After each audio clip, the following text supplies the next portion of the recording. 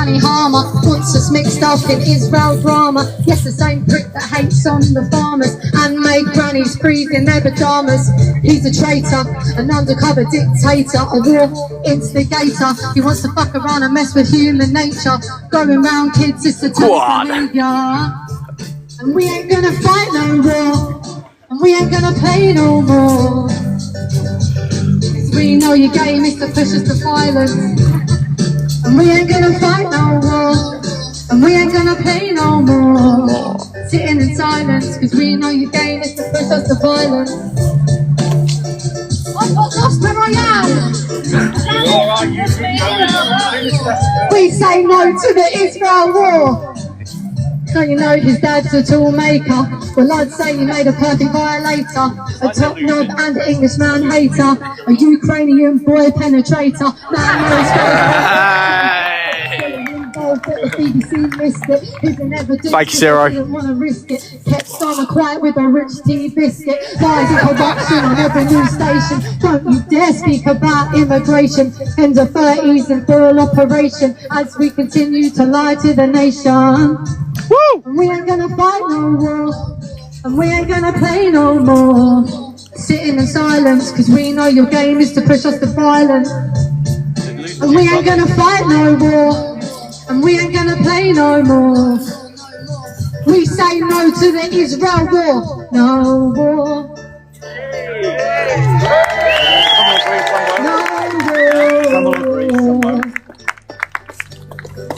No war. No war. No war. No war. Woo! In what some are calling a political humiliation in real time, Labour leader and Prime Minister Keir Starmer found himself the unexpected target of public ridicule on the beaches of Dover this weekend. The incident unfolded when a local woman, known publicly as Miss Kent, stepped forward and performed a self-written protest song directly aimed at Starmer during his visit to the area.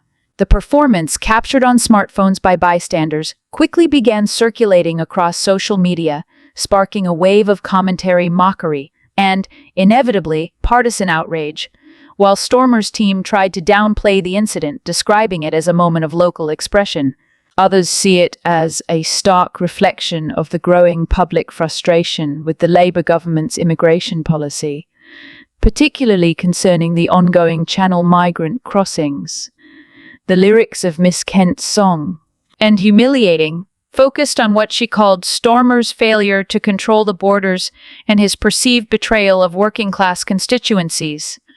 "I wrote it because I'm tired of the spin," Miss Kent said in an impromptu interview after the performance. "They come here, make speeches, pose for cameras, and pretend everything's under control. Well, it's not, and someone needs to say it." The scene played out in full view of reporters, photographers, and tourists along Dover's coastline. According to witnesses, Starmer appeared visibly uncomfortable as the song gained traction among the crowd, some of whom clapped along, not in support of the Labour leader, but in solidarity with the protester. Political strategists are now scrambling to assess the fallout. Some Labour insiders privately admit the optics were disastrous, especially given the setting. Dover has become ground zero for Britain's migrant debate, and Starmer's presence there was meant to reinforce Labour's stance on border management, a message that was completely drowned out by the protest performance. The episode highlights a deeper political undercurrent.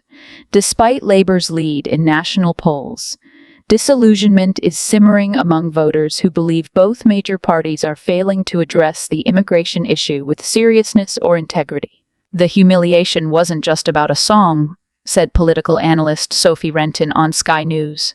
"It's about a working-class rebellion against political elites, whether they wear a red tie or a blue one. For now, Starmer's team is attempting damage control, but the broader narrative may prove harder to spin. Viral moments like these have a way of sticking in the public imagination, long after official statements have faded from the news cycle. Next, we'll join Matt Goodwin to learn more about Epping's problem. Well, I don't know about you, but I sat in despair last night watching the chaotic scenes unfold outside a migrant hotel in Epping, with one big question for the establishment in this country that I want to ask tonight. What on earth did you expect?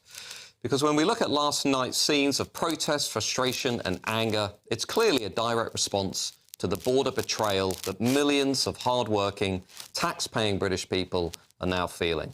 Let me just be clear about something. There is no excuse for violence in any form or against any community. We all know that. But it's also true that we have political leaders in this country who refuse to get a grip of the small boat crisis, a crisis that's now costing everybody in this country between 7 and 10 billion pounds every year.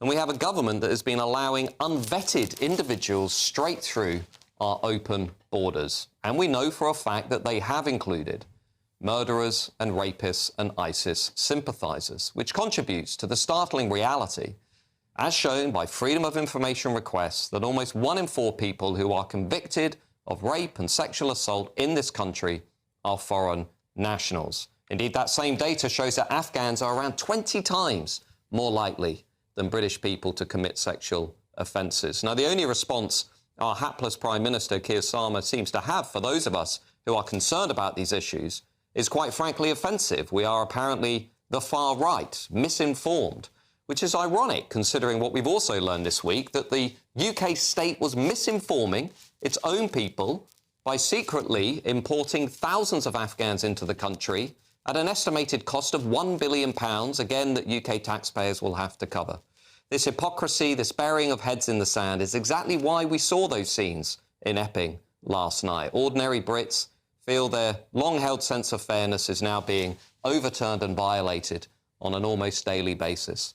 And look at what else we found out this week. The state is now spending £12 billion a year on benefits that are going to households led by foreign-born nationals. And now the shameful Afghan resettlement scheme could be the straw that breaks the camel's back. Concealing this information from the people while moving thousands of Afghans into their communities will be viewed by many Brits as unforgivable. Politicians are now asking themselves why hard-working Brits are taking to the streets in protest. Well, the answer seems pretty obvious to me. Violence in any form is wrong. I've already said that. I'll say it again. But these protesters, these peaceful protesters, are not the extremists in this country. It's the politicians who are enforcing an open border policy, top-down, on the British people, while ignoring the will of those people. They are the true extremists in this country. A protest outside a migrant hotel in Epping has reignited Britain's immigration debate, with political commentator Matt Goodwin blasting the political elite for fueling the crisis. We're told we're the extremists. Goodwin said, while they enforce open borders against the public's will. Locals gathered outside the Epping hotel to protest what they see as forced migrant placements without public consent. Many claim their communities are being overwhelmed while politicians ignore their concerns. Goodwin argues this is the inevitable backlash from years of political betrayal, blaming both major parties for dismissing the public's demand for secure borders since Brexit. This isn't far-right extremism, Goodwin said. It's a grassroots reaction to being silenced and sidelined. With immigration again topping voter concerns, the Epping protest may signal deeper unrest across Britain and a growing revolt against the political class that many feel has abandoned them.